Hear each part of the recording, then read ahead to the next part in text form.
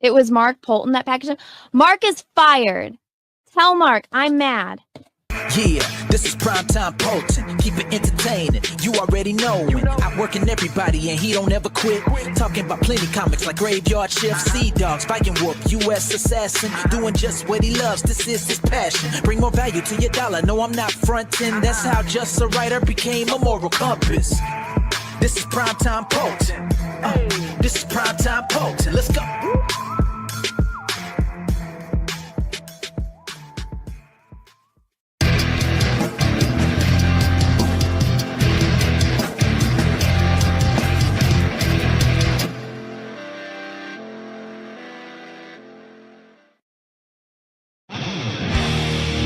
Behold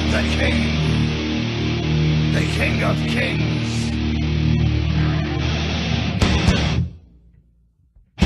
On your knees, dog.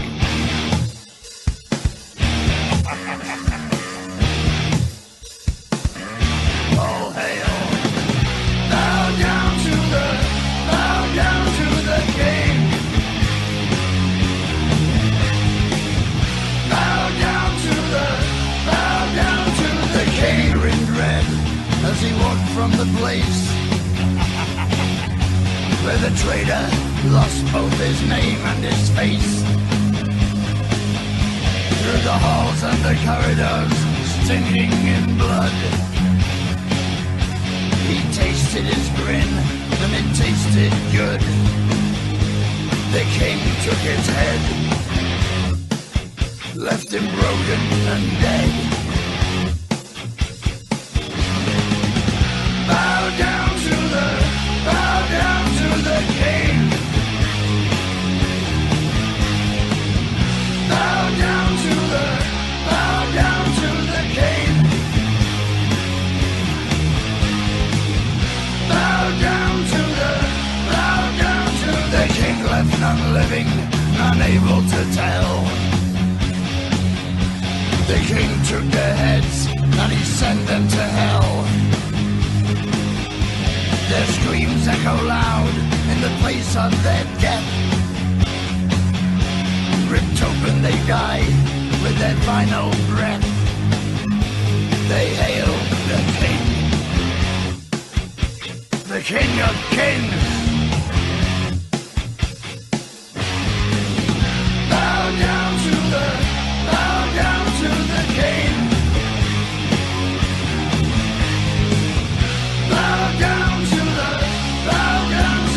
king.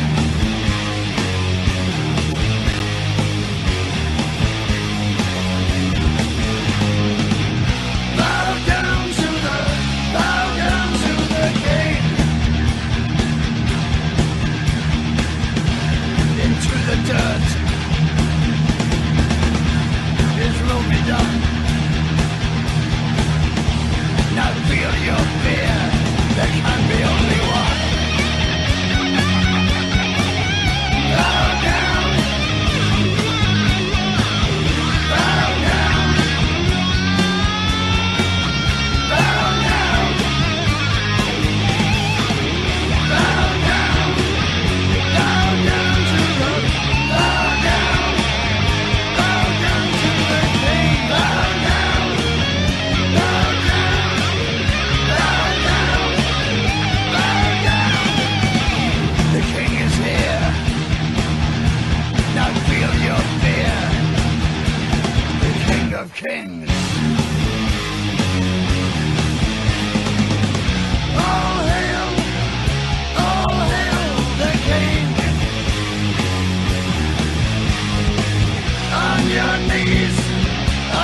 knees for the king. The King of Kings. There is only one.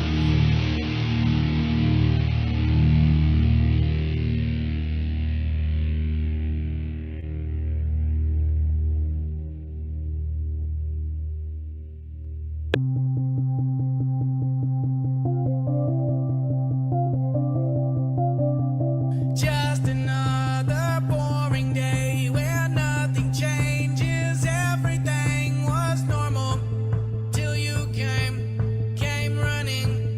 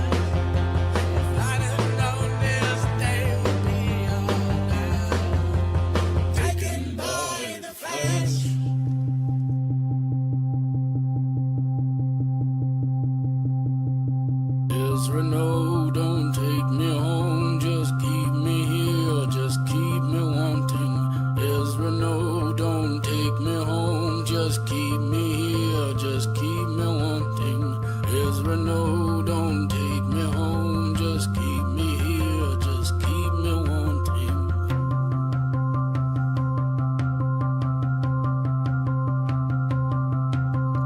Ezra, no, don't take me home, just keep me here, just keep me wanting. Ezra, no, don't take me home, just keep me here, just keep me wanting.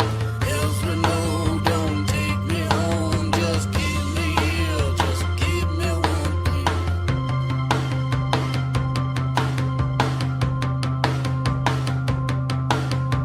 Ezra, no, don't take me home, just keep me here, just keep me wanting. Ezra, no, don't take me home, just keep me here, just keep me wanting.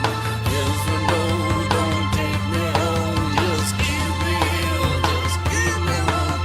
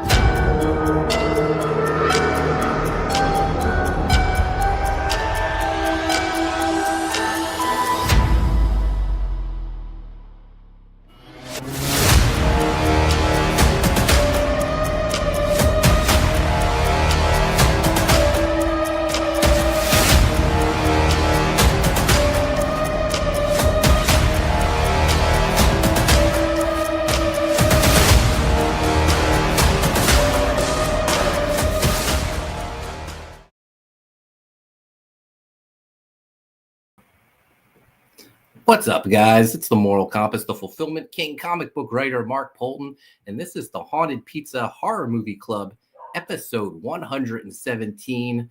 Today we're talking Monster Squad, but we're joined by a special guest, actor Ryan Lambert, Rudy from Monster Squad. He's going to be joining us. We're going to bring him on in a second, but first let me introduce my co-hosts. First up, Dexter Weeks, the secret weapon in the game, with a pencil in his hand, he's carving out his name. Hawaiian Heat, the bad man with the ink, drawing worlds where heroes clash and villains sink. Haunted Pieces pride, he's the one we need, making magic on the page, planting every seed. Batman with the... let's welcome Dexter Weeks to the show. What's up, Dex? What's going on, man?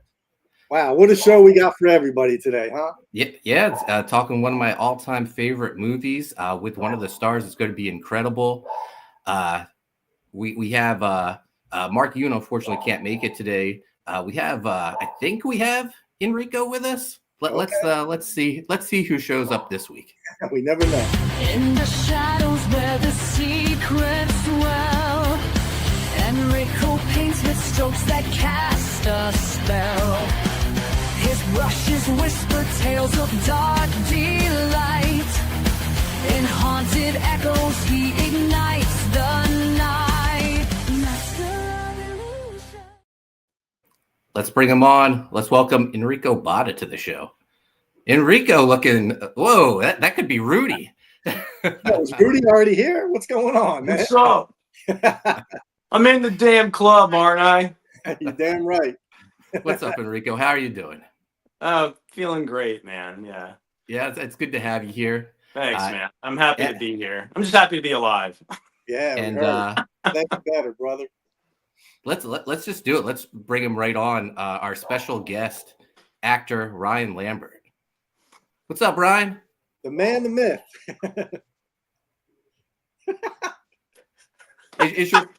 I think you're muted, Ryan.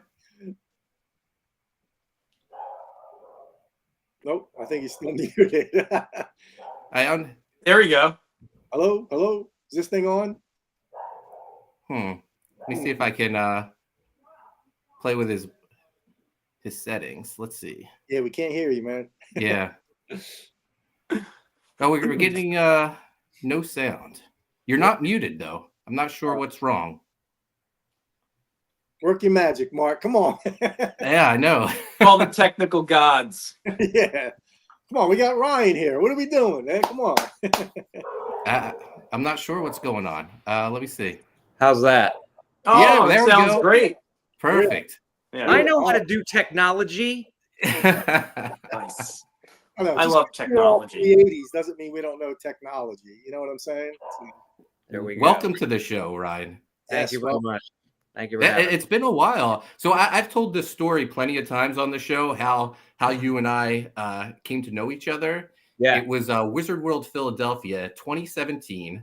Wow. I just had a book come out called Pizza Tree that I wrote with my son. And it was the first weekend that Pizza Tree was out. The book did incredible at the convention, but I wasn't just there. You were there with Andre Gower promoting Monster Squad. And it's one of my all-time favorite movies. And all weekend, I was working up the courage to go over and talk to you guys. And it wasn't until Sunday, Enrico was with me at the convention, and he's an incredible artist. And he was like, "Mark, I'll draw you a sketch. What would you want?" Well, I didn't ask for a sketch. I asked for a full-on commission, and I said, "Enrico, draw me the entire cast of Monster Squad." And I obliged, right? So, Yeah. Enrico spent all day at the convention drawing this incredible piece. And when it was done, I was like, well, this is my opportunity. The convention's almost over. It's now or never. I brought the piece over to show you and Andre to get you guys to sign it. I said, by the way, I'm a big fan of the movie. I watch it every Halloween with my son. We just wrote this children's horror book, and I would like you guys to have a copy of it. And it was a great interaction. And I thought that was the end of it. There it is, Pizza Tree. Hey, there it is. Yeah. And I think it was like 2 weeks later, I get a DM from you on Facebook. And you were like, I've been trying to track you down for 2 weeks. I read the book on the plane, and I want to help you make this into a live action motion picture. And I was like, what the heck is going on? This is incredible. Yeah. Yeah, what happened was it's like you get like a lot of people like kind of just giving you things. Here, check this out. Can I give you a sticker? Can I give you a t-shirt? Can I give you a book I wrote? And I'm like, yes, please. Give me everything. It's going into the bag right here behind me. And then when I get home, you know, you spread everything out and it explodes and you go, let me see this, let me see that. Well, I happen to put this into my book bag when I was getting on the plane, and I read it on the plane. I was like, this is a movie. This is a movie. And like talking to people around me at the airplane, hey, everybody, this is a movie. And I couldn't stop thinking about it. So I was like, I could just see every page, every little panel I looked at. I'm like, I see it. I see the whole thing. Wow. And ever since then, I've just been dreaming of making this into a film, and it would be a tricky film to make is the problem. It's not like grabbing a little Super 8 camera and Right. like French New Wave or something. I mean, this is like a production here we got, so a little harder to get people on board, but the few people that I've talked to love it, and someday we're going to see it on the screen. Whether it's me, whether it's someone else, I know I'm going to be watching Pizza Tree on the screen someday. Wow, that's amazing. But that's fantastic. The commission Enrico did with me, I happened to have a picture of it right here. I'm going to pull it up. Yeah, we were wondering where it went. I moved a year ago, so a lot of my original artwork is packed up. But I did find a picture of me, you, and Andre with the picture. Okay, let's see. Fire it up. I'm looking for it.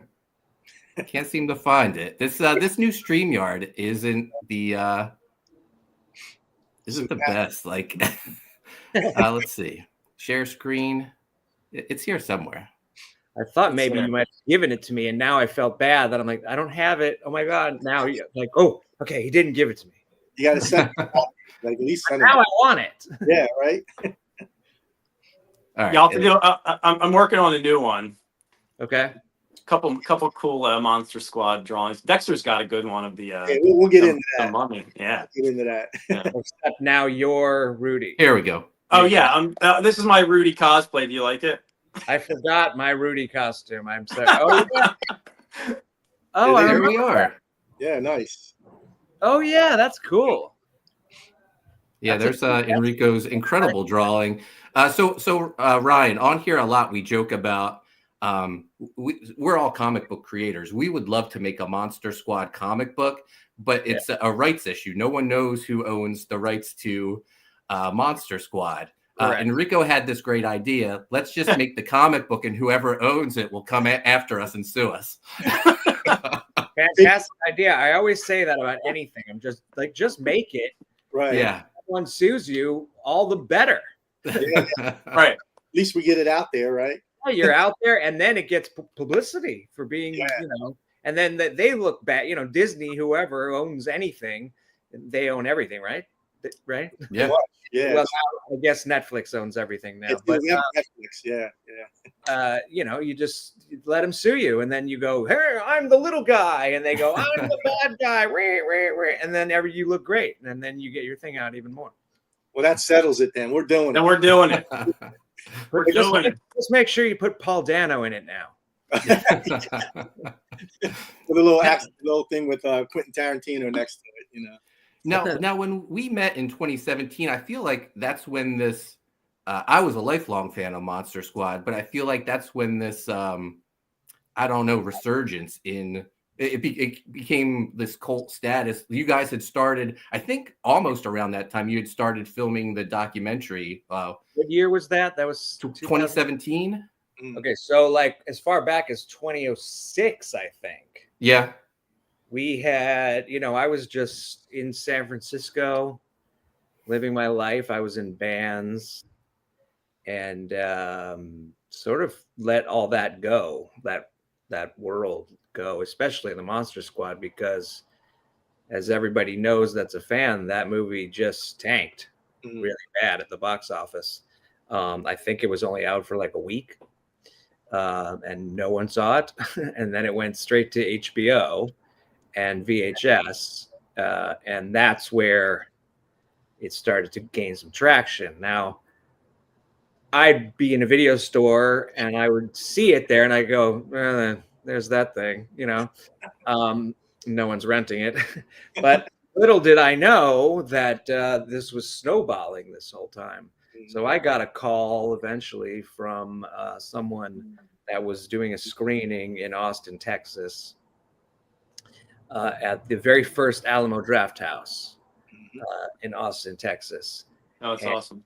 And they were doing a screening, and we would love to have you, and we'll fly you out, and we'll put you up, and Andre Gower is going to be there, Ashley Bank is going to be there, and Fred Decker is going to be there. I'm like, where?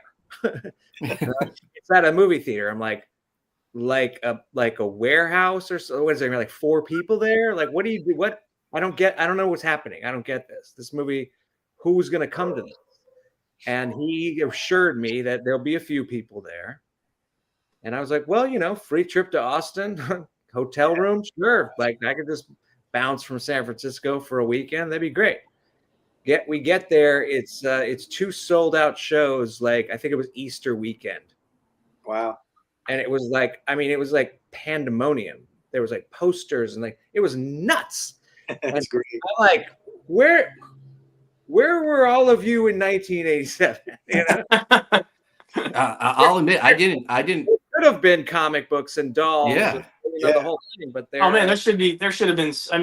I just watched this this past Halloween with my daughter. Also, we watch it every year now. She's 9 now, and we said the same thing. She's like, "When? Where's the sequel? Can we watch the sequel?" And I was like, "They never made one." And she's like, she couldn't believe it that it's not a franchise. Yeah, I know. Now we're like, the monsters are coming. Now, I'm one of those people. I didn't see it in theaters. I didn't discover it until home video. I had a paper route, so with my paper route money, I bought a second VCR so I could make copies of the movies I liked. Nice. And I made a copy. Yeah. Forget that FBI warning. I made a copy of Monster Squad, and I watched it every day after school while I did my homework. And I think I did it for an entire year. I was just obsessed with this movie. It's crazy that it wasn't a huge hit because, I mean, you mentioned Fred Decker, but Shane Black wrote the script. Stan Winston did the creatures. Oh, Like, just amazing. Yeah, amazing. So who's who? Those monster redesigns are some of the best monster redesigns of those classic They really characters. are. Yeah. Just And fantastic. and the character of Rudy single-handedly, allowed me the confidence to wear loafers to school. I'm literally wearing them to high school because of that character. Dragged on me for that. I'm like, I didn't make the thing, I Right. did the thing. But also that's like stems from if you ever watched like Rebel Without a Cause, Mhm. those are the shoes that Dean's wearing. Yeah, Oh, nice. So for sure. that's where it comes from. They It's just amazing, though. Yeah. did that. Do you remember the first time you read the script? Yeah, I do. The audition process was really quick because you do so many a week, when you're a kid, and I was shooting something else, and my mom said, "You have an audition for this thing really quick, so let's just go over there." And I said, "What is it?" And they go, she said, "I read the sides, the breakdown of what the character is. You look fine." And I was like, "Oh, really?" Because I was wearing a leather jacket, I had my Ray-Bans on, and I was wearing jeans and a white shirt. I looked like you. Perfect. Well, this is just my homage. Yeah. And I figured. And so I went in and I, obviously I read and I got it. And then I read the script. Then they sent me the whole thing. All I got was my pages, and they kind of explained to me what it was about. But then when I read the script, I was like, this is not just like, if you ever get a chance to actually get a copy of the screenplay, it's like screenplays are sort of like outlines for what's to come, especially if it's something that someone wrote and then they're going to make themselves, because basically it's just a script for themselves. Like, okay, I know what I'm going to do already. This is just an outline for whether, it's for the continuity person, it's for the wardrobe, but to read a script as a story, like you could read it as like as if it was a novel, because it's Shane and Fred, and it reads so well that I couldn't put it down. I'm like, this is funny. Yeah. Like the minute I started reading my dialogue, that wasn't the dialogue that I did for the audition. I'm like, I know how to do this. I know what I'm supposed to do. I get everybody's character. I know what the movie's pretty simple if you think about it, but really the screenplay is sort of, it's not very complex, but it's funny instead of just like, and then this person enters. It's like, this person enters and is this, and it describes them and like, he's crazy. He thinks that he's that, and it goes off on like their descriptions of what they are. And it's like, wow, this is very cool. So it's an incredible screenplay. Yeah. Go for it if you can find I mean, your character has some of the most memorable lines too that you love and you love repeating. Like, I'm in the damn club, aren't I? And only one way to kill a werewolf. Like that stuff. So it's classic. It's classic. It's classic. Absolutely. By the way, guys, we have 127 people watching on X, YouTube, Facebook right now. If you're new to the channel, hit subscribe, hit notifications. We're here every Sunday talking horror movies. We have a bunch of people in the chat right now. Sheldon Martin says, I seen it on HBO in the 3rd grade. Me and all my friends kept quoting that movie. John Eppel says it's one of my favorite movies and I watch it as often as I can. Mark Pengrin in the chat, he says, I didn't know about the movie until the DVD came out and I found it at a Target. Wow. I was so excited when that DVD came out because I was hoping it would come out on DVD one day, and then it finally did. I remember buying that at a Best Buy. Yeah. We didn't even know it was coming out, or they were even doing it. Lionsgate was doing the first version of the DVD, and we were at a convention. I think it was No, it wasn't Comic-Con. We hadn't done that yet. We were somewhere at a different convention, and somebody came up to us, "Hey, we're putting together a Blu-ray or a DVD," and we were like, "Cool, wow, finally somebody's doing this." And they said, "Oh yeah, we rented a hotel room and set up a whole thing with like the TV and headphones and microphones, and like you and Fred and Andre are going to go do the commentary." Oh, cool. And they were like, "Do you need anything?" And I was like, are we supposed to do this? Like, is this on the agenda? Like, it was sort of just like threw us at, to the wolves. Wow. Commentary. So really, it's just the three of us just, farting around, just talking about the movie. I hadn't really seen it that like extensively before that. I kind of watched it at a few of the screenings, but we really sat down. It was more Fred, like he's like, "And right here," and I'm like, "Oh, I didn't even know that." Right.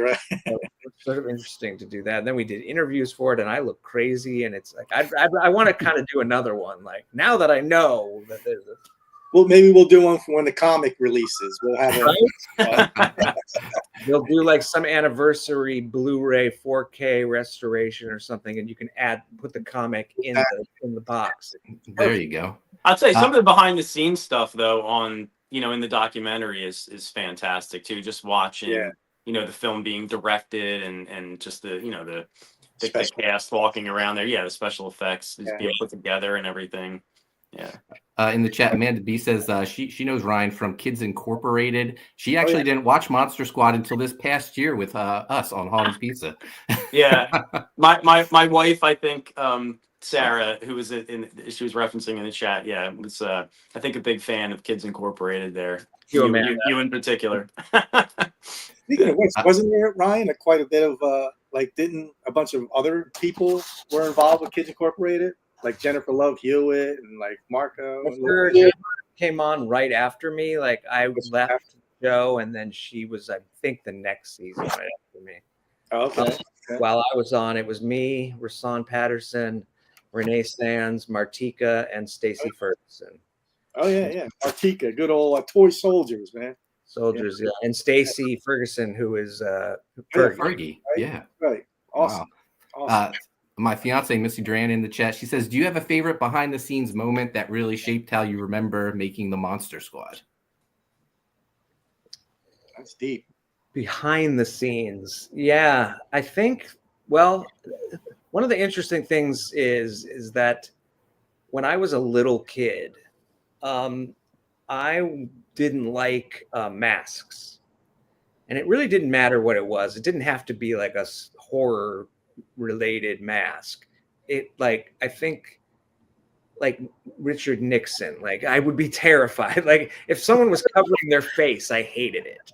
I did not like that. So if we went into like a Halloween store during Halloween, I was a puddle of I was like a mess. So I never really liked Halloween that much because I was terrified of going out and seeing everyone just like, who the hell's behind the thing? Like I don't like it.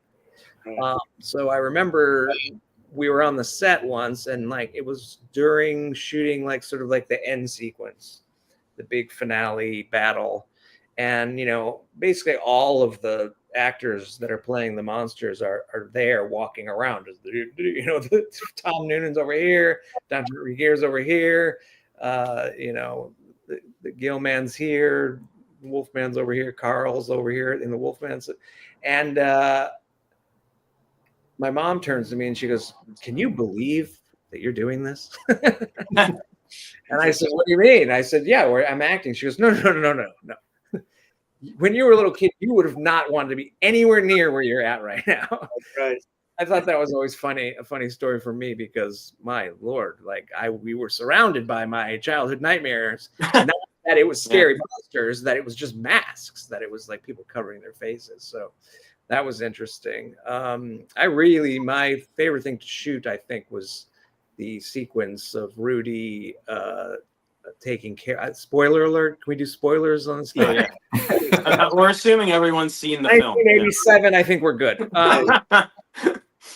When Rudy takes care of the Wolfman. It was a fun sequence to shoot because there was a lot going on, and I was sort of like in this centerpiece, cops flying all over the place. He's and you don't really know what he's thinking, and then the cop sort of rolls into him, and he takes out the cop's gun and goes, and I think if you're watching it for the first time, you're like, oh shit, here we go. Like he's got it all. We know what's coming. Right.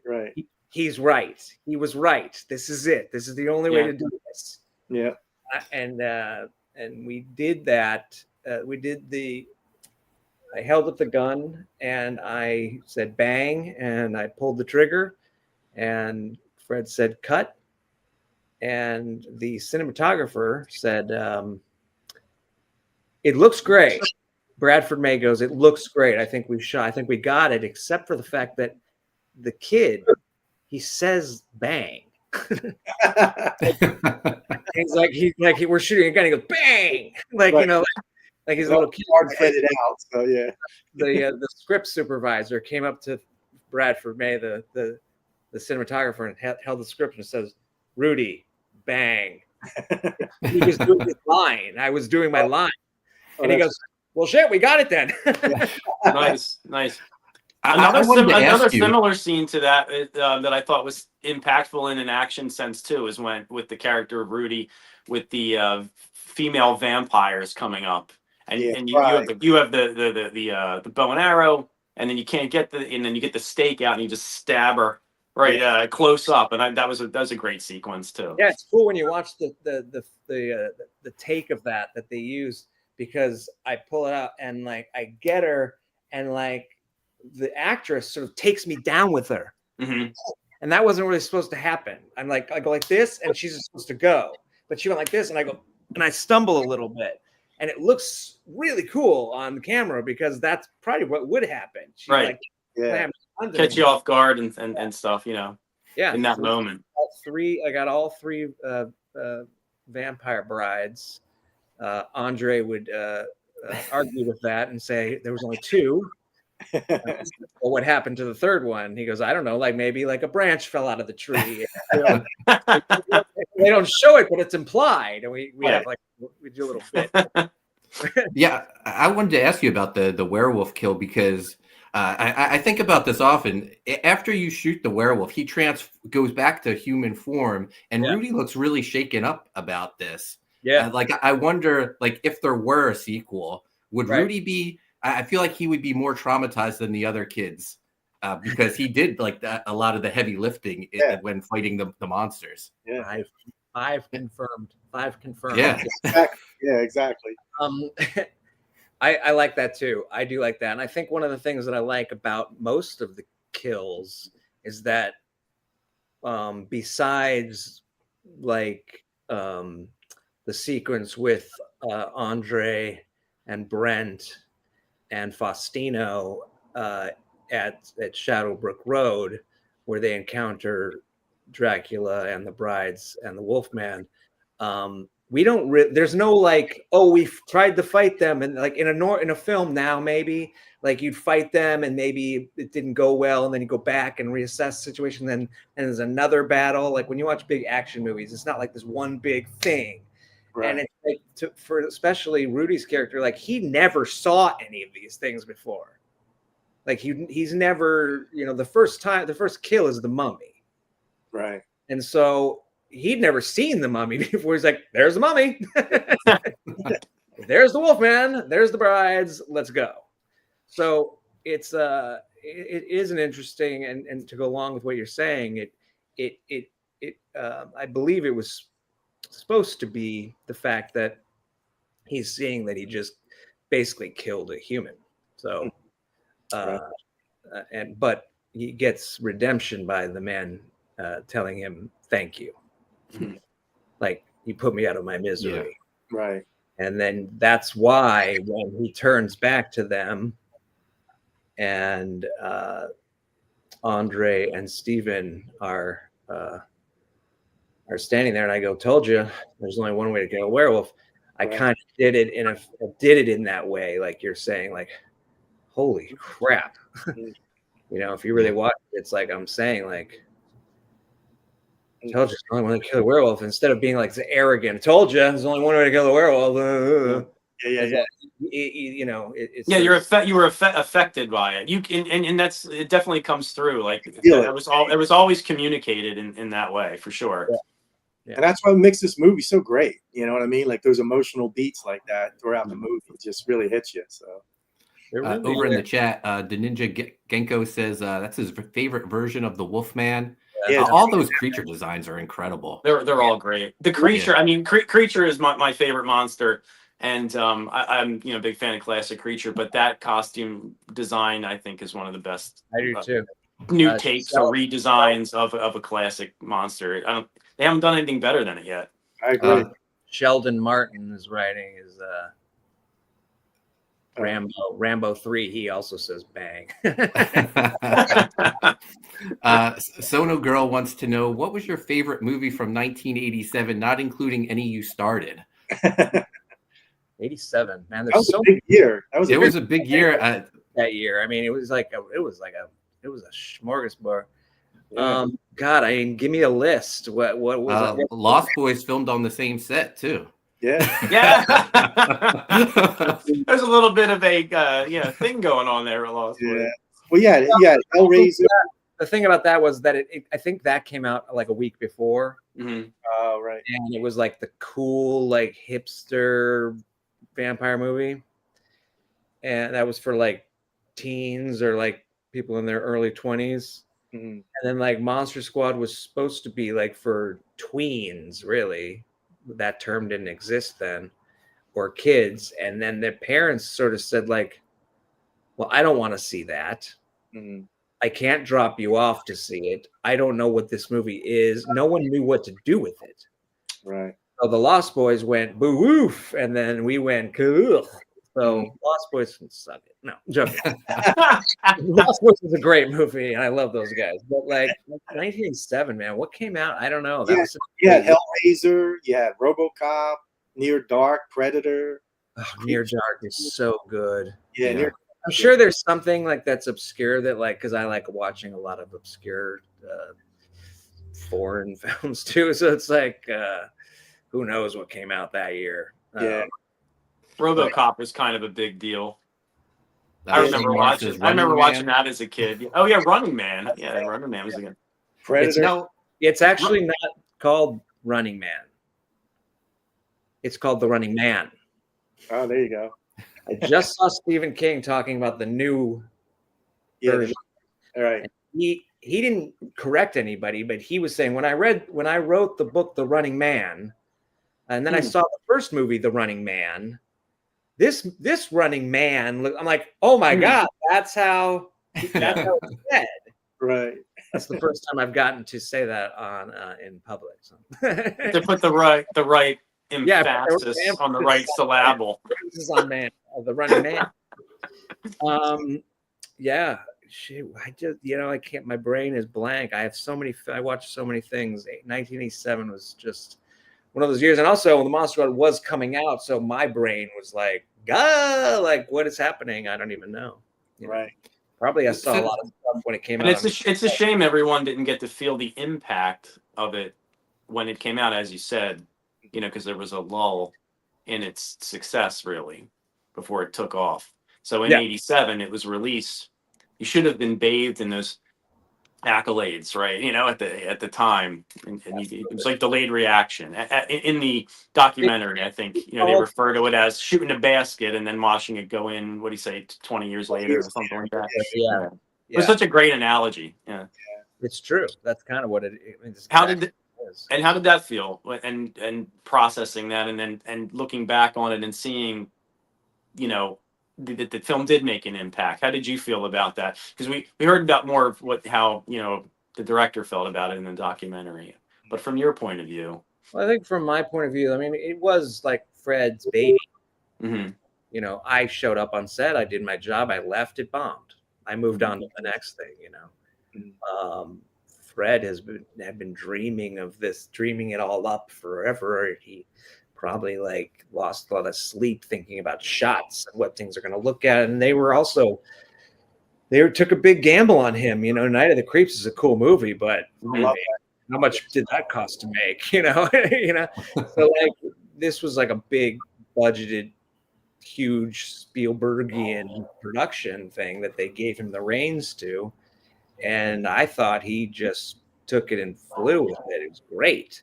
But to have that, you know, thinking that you're making Jaws when, you know, you're making Jaws 9, as far as box is concerned, you know, I mean, it's like, it must have been heartbreaking for him. For me, I just said, oh, that stinks. And I went back to my day job, you know, and that was terrible. And I did some other things after that. And then I went and played a bunch of music for the rest of my life. And, but the resurgence is it's pretty intense, I gotta say. Yeah, it really touched a lot of people. It is like what Fred said, you know, about, you know, shooting a basket, but obviously for him it's a little different than it is for us. But there is that same feeling of like, who gets to have that happen to them in their lives? Like, this could have just as easily actually just got buried forever. And I said, like, I was in this movie when I was a kid. Like what was it? Someone goes, it's like in a VHS, old VHS store, you know? Yeah. But now it's like, you know, I just went to an event last night at a place here in LA called Slasher World, which is my friend Kiko's shop that she opened up on Melrose Avenue. It is an incredible shop. If you're ever in the LA area, you got to hit this spot if you're a horror fan, because it's basically just like a horror store of cool merchandise and stuff. But she had like a holiday party last night, and she has in the back of the store a horror video store. Oh, cool. Horror. Wow. It's all VHS. Oh, cool. That's cool. And it's all like OG VHSs, and it's almost like a museum. I think you can actually rent the thing. I'm not sure. I think you can actually take them out. But I was walking around, and somebody that I was with said, "Hey, look over here." And I said, "Yep, there it is." And there it was. It was on the shelf, and I'm like, "That's great." I would have been there if it was like just if it just went away, you know? Right.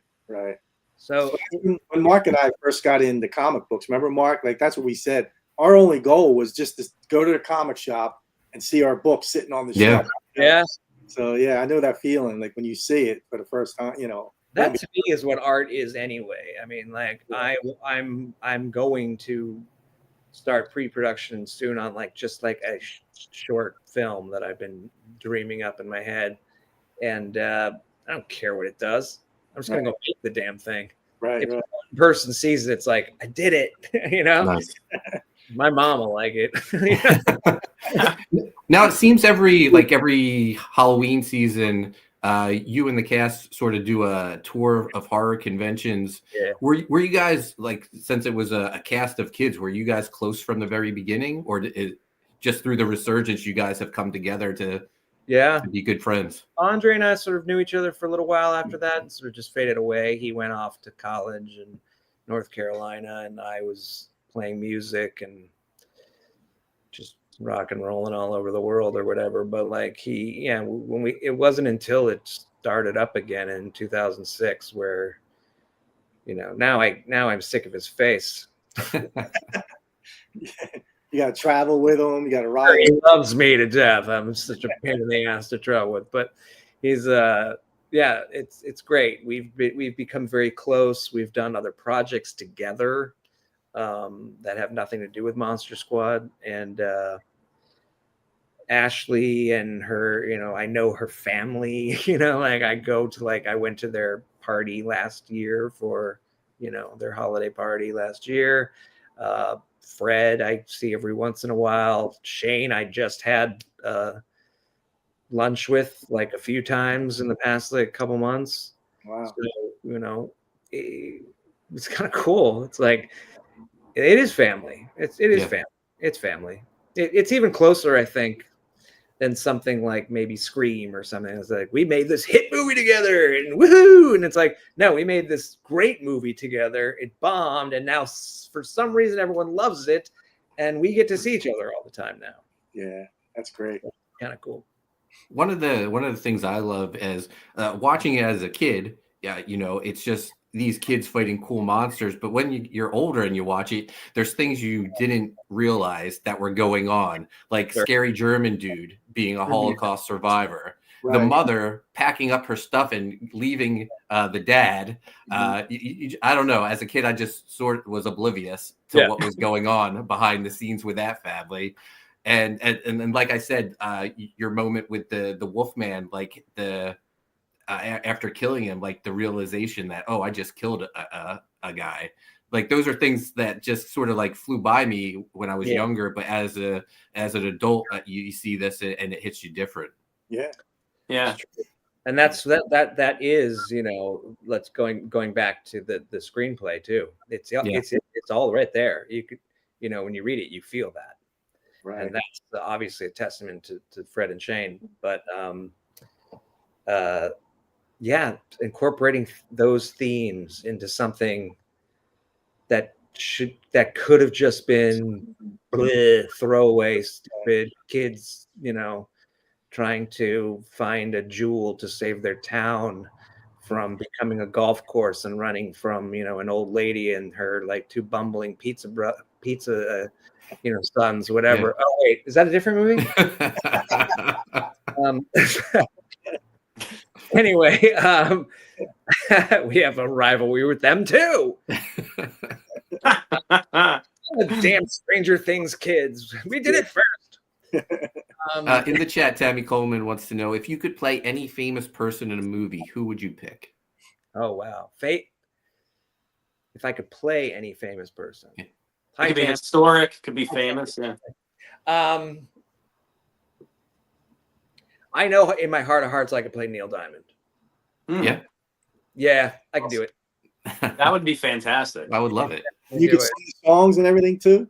What's that? You could sing the songs and everything as well? 100%. Oh, wow. That's great. Everywhere around the world. They're coming. Oh, you just got I made a little bigger of a nose. And take the hair. Yeah. Right. Well, I already have sequin jackets from Kids Incorporated, so just watch that. There you go. That's great. I always wondered if you could drop, I know you joke about rivalries with the Lost Boys and Goonies, but if you could drop Rudy into any other like horror movie or franchise, where do you think he would fit in well? Wow.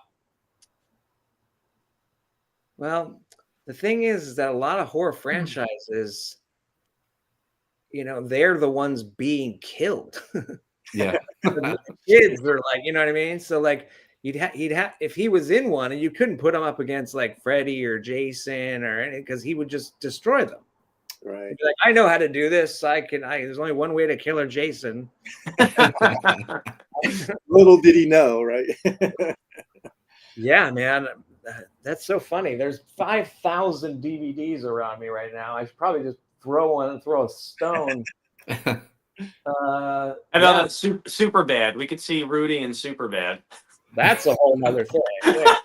I would have killed to play with like Bill Hader's cop part or something like that. Right. That would have been funny. But Rudy, let's see. Where would Rudy go?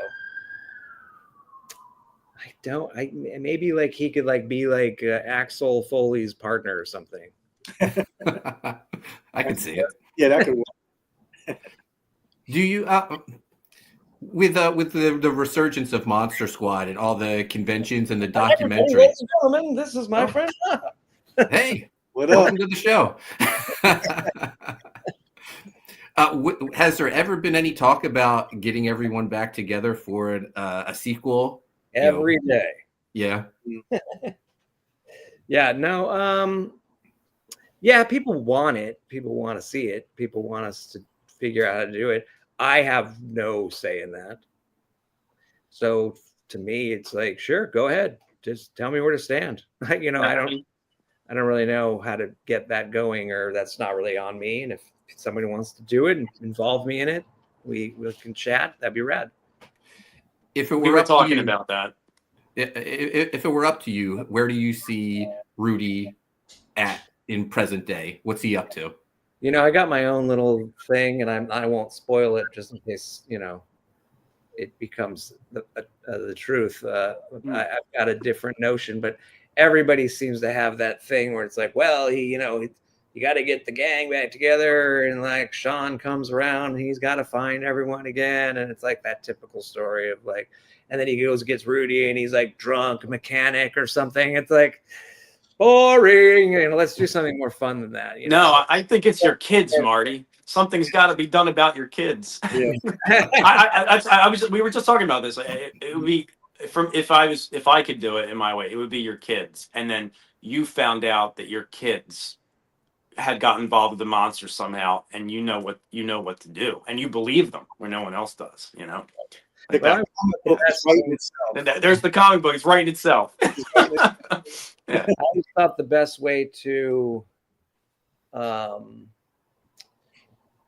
you know, pay homage and give like a beautiful shout out to Brent Shalem would be that it was Horace's kids.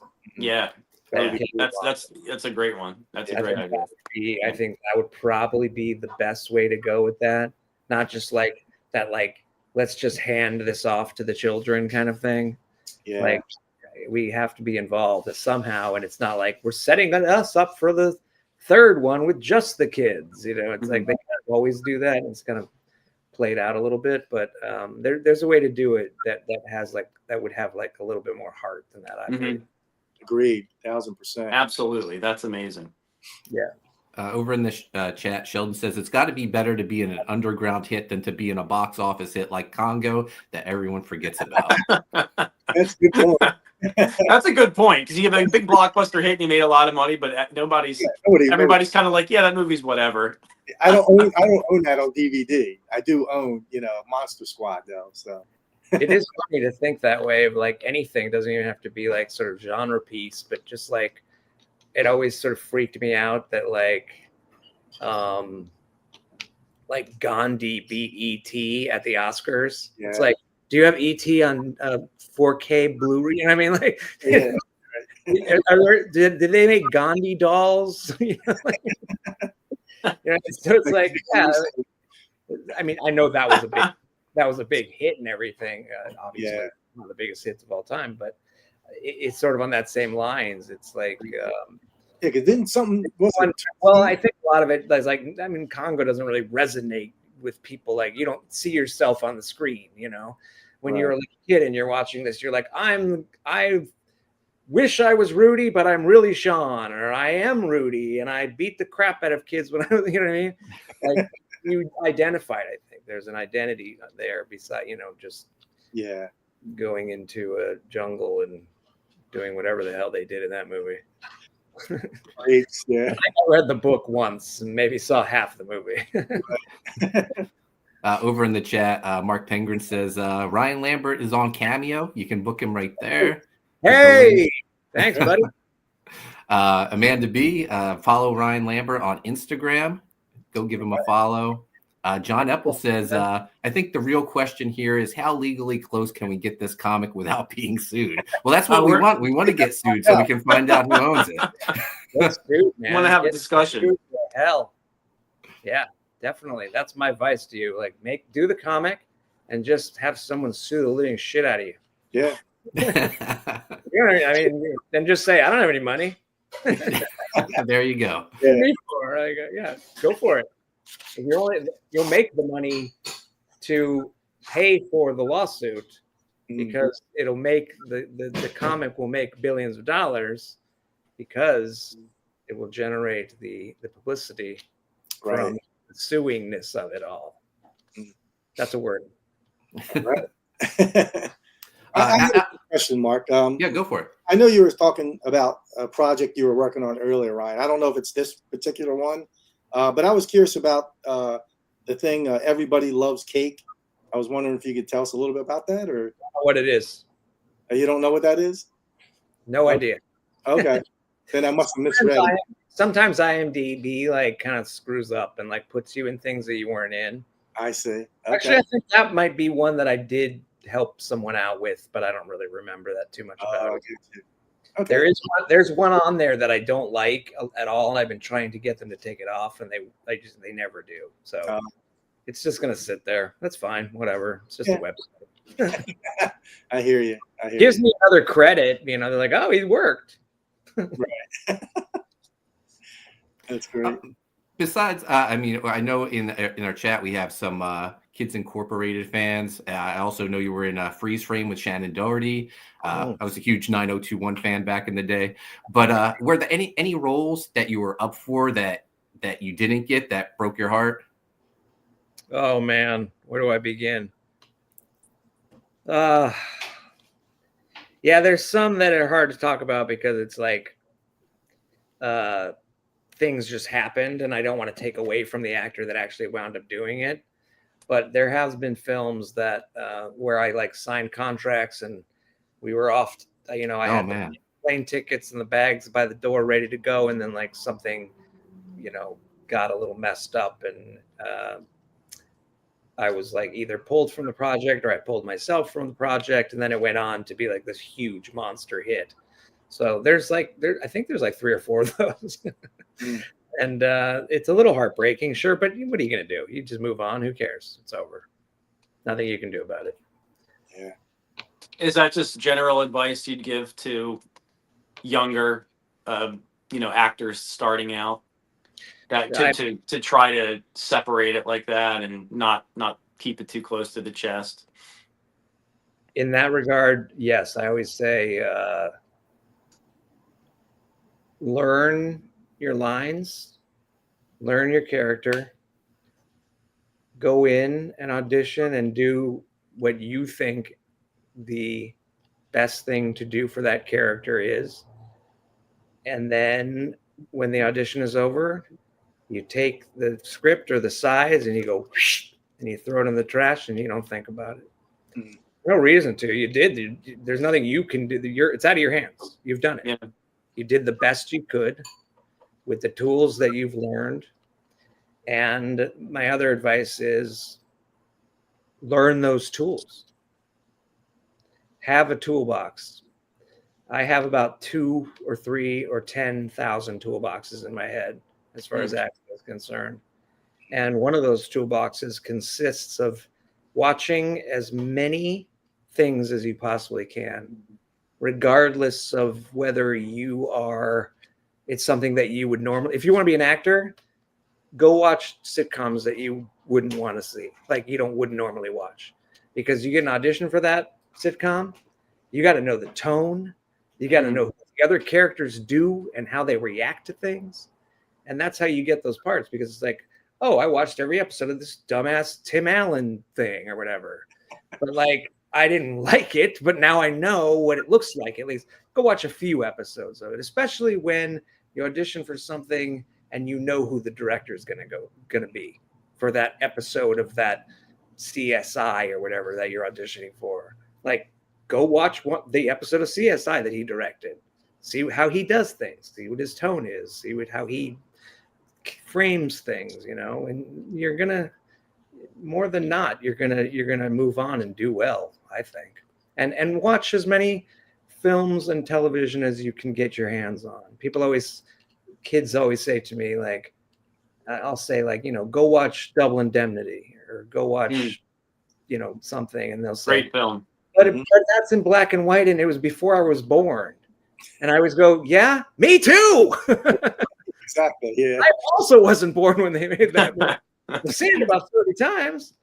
So that's a great film. Yeah. So you know what? I like to watch that and then Lost Highway back to back for some reason, or Mulholland Drive. Yeah. One more question for me. On the flip side of that coin, Ryan, how about advice for artists that are now a little older and still working and desiring to put things out, whatever it might be, you know, creatively, and to kind of have like keep going. What would you say to those kind of people? Well, the same advice I give myself, considering like I'm in the same shoes that they're in right now. Is like I'm not really. No one's knocking on my door 24 hours a day to do things. So my ideas are just from my creativity and my own thoughts and my own ideas. And if you have something that it is that you feel like you want to create and make it. Do whatever you can, even if like it doesn't come out exactly how you thought it was going to come out, or things changed. You know, nothing ever is going to look exactly the way that you wanted it to. From like the person that takes a video camera and makes it in their backyard with their friends. I call them pizza and beer movies. I'm going to get some pizza and I'm going to get some beer and come on over and let's make a movie for the day. Or you're, Spielberg with like all the big toys and all that. He gets on set and he doesn't know what he's going to do that day. People don't know that. Like he gets on set and he's like, what should we do? Obviously there's different levels of that. And I think in this day and age, as far as content is concerned, just make it yourself. Just do it. Go make your comic book. Who cares? Just put the name of the Monster Squad on the comic book. Who cares? Who cares? Done deal. That's good advice, man. We appreciate that. Yeah. We live in a day and age now where you can say something and it's true. So just make it true. Sheldon wants to know, where will we be able to see this short film you're working on? Oh, I don't know. Well, just if it's finished, I mean, probably not for another year or something. I'll throw it up. You just follow me on Instagram. It'll be there. Cool. I'm sure. Believe me, I'll let everyone know that I made something, and you better watch it.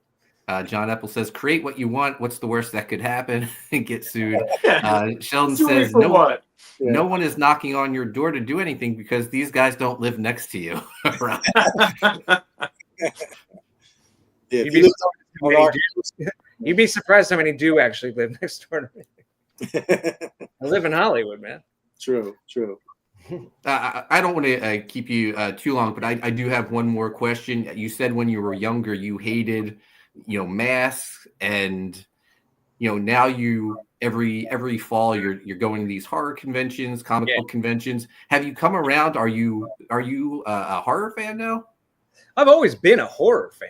Yeah, it's just mostly like it was in person, and like I said, it didn't matter what kind of mask it was. This isn't like I'm scared of horror necessarily. It could have been like I said, Richard Nixon mask. I was terrified. I just didn't like that you were covering your face. Yeah, me. No, that's over with now. I don't care. These conventions are great. What I really love is seeing like whatever the new famous thing is that's out at the time when we're at that convention. Like, I don't know, like when Terrifier came out, like everybody was art, and like, so just seeing the various arts go by, like, look at that guy, he looks nothing like him. That guy. Is that art? It's like, so that's quite cool to see. Do you get a lot of Rudy cosplayers? No, not really. Yeah, sometimes. Yeah. There's a few. Well, just me today. Yeah, there's a few that come up. My favorite thing is that that the T-shirt that says Stephen King rules on it. Yeah. I've actually seen this exchange more than once where someone's at a convention and they're wearing that shirt, and then someone else wearing, I don't know, like a Freddy shirt, say, will come up and they'll go, "Hey, Stephen King does rule." And then the other person goes, and you don't know what this is. Right. Yeah. Like, what? And they're like, well, that's obviously Freddy. Because everyone knows that. But not everyone knows this. Mm-hmm. And that makes me special. And so when I see that,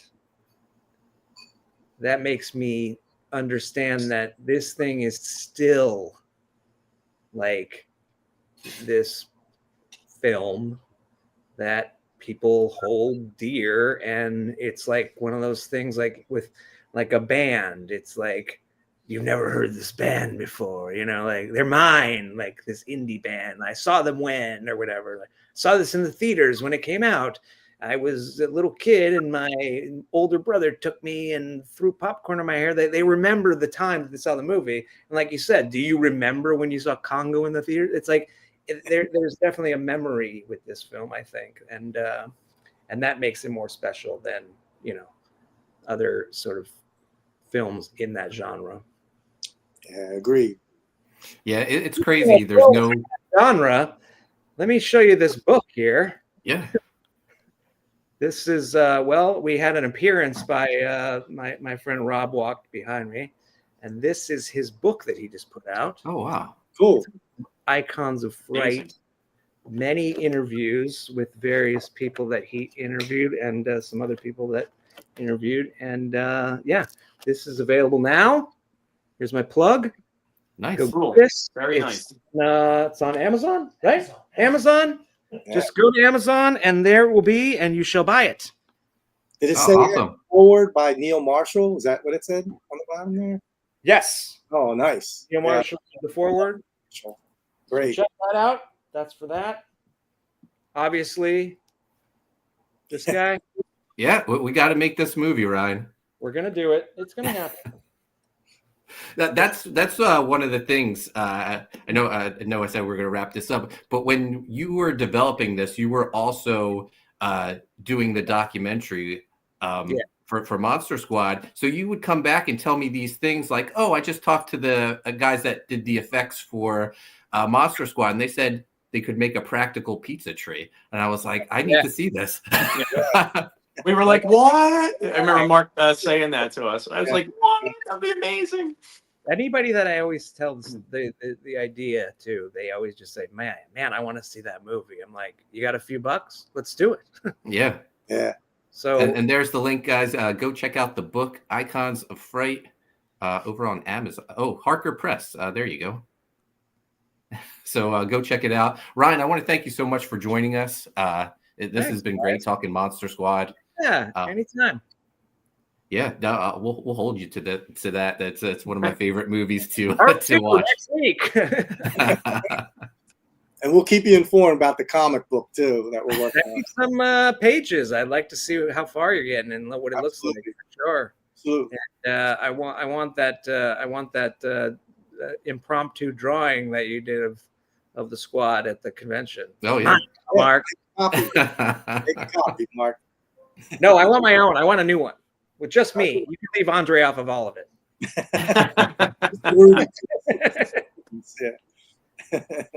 Love you guys. Amanda, Merv, John, Don, Sheldon, Brown. yeah. Sheldon, yes. Please follow me on Instagram. Say hi. We can I'll answer more questions if you'd like. That would be wonderful. Thank you guys so much for having me. This was a blast. Yeah, it's great. Thank you. Yep, and that'll do it, guys. We're off next week. We have a comic book convention, but we'll be back in 2 weeks, and we are discussing R.I.P. Man with the writer Reese Thompson. So check it out, guys. Thanks so much, Amanda, Mark Pangren. Thank you for sharing the links, and we'll be back in 2 weeks. Thanks again, Ryan. See you guys.